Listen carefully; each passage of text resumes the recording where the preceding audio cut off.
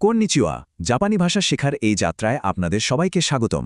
আচ্ছা, আমার হাতে দেখুন তো কি আছে। একদিকে একটা বই আর অন্যদিকে একটা খেলনা কুকুর, আর এই দুটো জিনিসকে নিয়েই কিন্তু আজকের লেসনের আসল মজাটা লুকিয়ে আছে। আচ্ছা, একটা ব্যাপার ভাবুন তো, আমরা বাংলাতে বলি বইটা আছে, আবার বলি কুকুরটা আছে। দুটোতেই কিন্তু আছে শব্দটা ব্যবহার করছি, তাই না? কিন্তু মজার ব্যাপার হলো, জাপানি ভাষায় এই দুটো কথা বলতে গেলে আপনাকে দুটো একদম আলাদা শব্দ ব্যবহার করতে হবে। ভাবছেন কেন? কারণ জাপানিরা জড়বস্তু আর জীবন্ত প্রাণীর অস্তিত্ব বোঝাতে দুই রকম ক্রিয়াপদ ব্যবহার করে। আর এটাই হলো মিন্নানো নিহঙ্গ বইয়ের লেসন 10-এর মূল রহস্য। চলুন, আজ এই রহস্যটাই সমাধান করা যাক। তো প্রথমেই আমরা জেনে নেব সেই মূল পার্থক্যটা, মানে অ্যানিমেট আর ইনঅ্যানিমেট বস্তুর নিয়মটা। কি সেই দুটো শব্দ? আরিমাসু আর ইমাসু। এই নিয়মটা একদম মাথায় গেঁথে নিতে হবে। খুবই সোজা।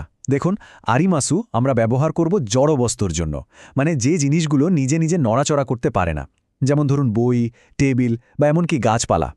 আর ইমাসু ওটা হলো জীবন্ত প্রাণীর জন্য, মানে মানুষ, পশু পাখি যারা নিজে নিজে চলাফেরা করতে পারে।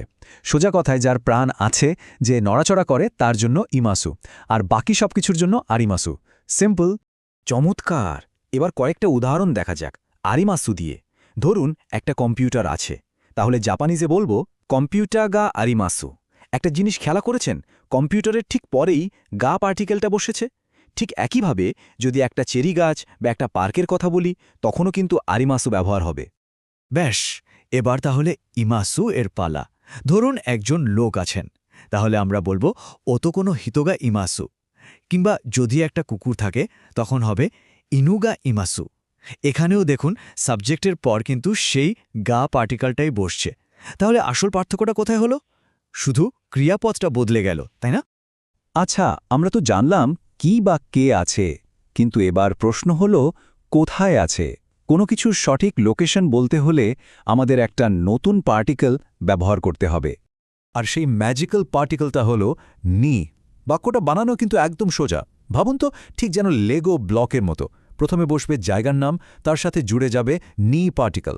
এরপর আসবে আমাদের সেই বস্তু বা ব্যক্তির নাম, যার সাথে বসবে গা পার্টিকেল। আর সবশেষে থাকবে আরিমাসে বা ইমাসে। এই নি পার্টিকেলটাই আসলে লোকেশনটাকে পয়েন্ট আউট করে দেয়। চলুন একটা উদাহরণ দেখি। ওয়াতাশিনো হেয়ানি চুকুয়েগা আরিমাস। এর মানে কি? মানে হলো আমার ঘরে একটা টেবিল আছে। এখানে দেখুন, হেয়া মানে ঘর, এটা হলো আমাদের স্থান, তাই এর পরেই নি বসেছে। আর চুকুয়ে মানে টেবিল, ওটা তো জড়বস্তু, তাই শেষে বসেছে আরিমাস। মিলে গেল তো? এবার একজন মানুষকে নিয়ে উদাহরণ দিই। জিমুশনি মিলাসাঙ্গা ইমাস। জিমুশনি মিরাসাঙ্গা ইমাস মানে অফিসে মিস্টার মিলার আছেন। এখানেও একই ফর্মুলা। জিমুশো বা অফিস হলো আমাদের স্থান, তাই তারপরে নি। আর মিস্টার মিলার যেহেতু একজন মানুষ, তাই শেষে বসেছে ইমাস। একদম পরিষ্কার। আচ্ছা, উত্তর তো দেয়া শিখলাম, কিন্তু যদি প্রশ্ন করতে হয়, যদি জানতে চাই কোনো জায়গায় কি আছে বা কে আছে, তখন কি বলবো? এটারও নিয়মটা খুব সহজ। জড়বস্তুর জন্য আমরা প্রশ্ন করব নানি দিয়ে, যার মানে হল কি। যেমন চিকানি নানিগা আরিমাস্কা, মানে বেসমেন্টে কি আছে। আর যদি কোনো ব্যক্তির কথা জিজ্ঞেস করতে হয়, তাহলে ব্যবহার করব দারে, মানে কে। যেমন ওকেৎসুকেনি দারেগাই মাস্কা, অর্থাৎ রিসেপশনে কে আছেন। দেখলেন তো কত সহজ? ওকে, বেসিকটা তো আমরা বুঝে গেলাম। এবার চলুন একটু গভীরে যাই। এটা একটা সূক্ষ্ম কিন্তু খুবই গুরুত্বপূর্ণ বিষয়। এতদিন আমরা বলেছি ঘরে একটা টেবিল আছে, কিন্তু যদি কথাটাকে ঘুরিয়ে বলতে চাই, মানে টেবিলটা ঘরে আছে, তখন কিন্তু বাক্যের ফোকাস বদলে যায়, আর তার সাথে সাথে পার্টিকেলও। পার্থক্যটা ভালো করে বুঝতে হবে।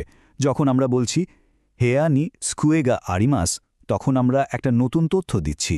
ফোকাসটা হলো টেবিলের অস্তিত্বের ওপর। কিন্তু যখন আমরা টেবিলটাকে বাক্যের মূল টপিক বা হিরো বানাতে চাই, তখন আমরা টেবিল মানে স্কুয়ে কে বাক্যের শুরুতে নিয়ে আসব, আর তারপরে গায়ের বদলে বসাবো হা পার্টিকেল। স্কুয়েওয়া হেয়ানি আরিমাস। এর মানে হলো আমরা সবাই জানি কোন টেবিলটার কথা হচ্ছে, এখন শুধু তার লোকেশনটা জানানো হচ্ছে। এখানে ফোকাসটা টেবিলের ওপর। একটা দারুণ উদাহরণ দিলে ব্যাপারটা একদম জলের মতো পরিষ্কার হয়ে যাবে। ভাবুন তো, টোকিও ডিজনিল্যান্ড বা চিবা কেন্নি আরিমাস। টোকিও ডিজনিল্যান্ড তো সবার পরিচিত একটা জায়গা, তাই না? এটা একটা এস্টাবলিশড টপিক, তাই এটাকে বাক্যের শুরুতে এনে ওয়া দিয়ে মার্ক করা হয়েছে। আর তারপর জানানো হয়েছে যে এটা চিবা প্রিফেকচারে আছে। দারুণ!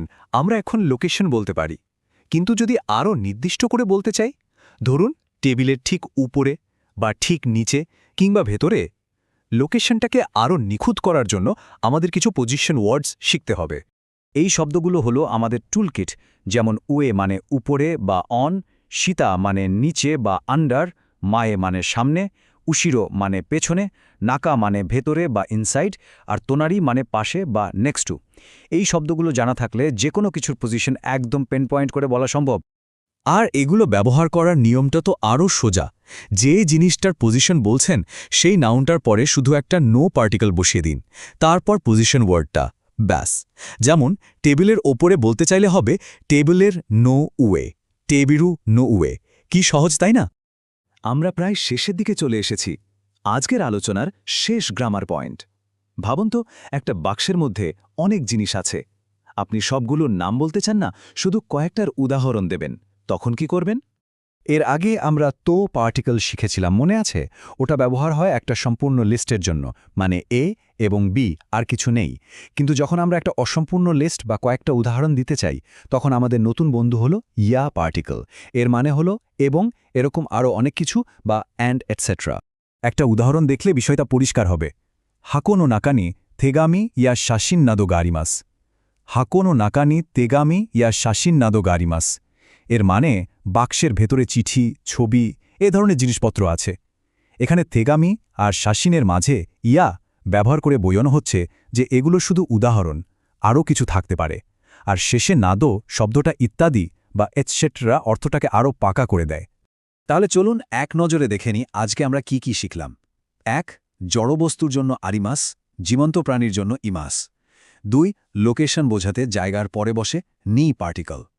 ৩. বাক্যের টপিক বা ফোকাস বদলাতে হলে ব্যবহার হয় হা। আর ৪.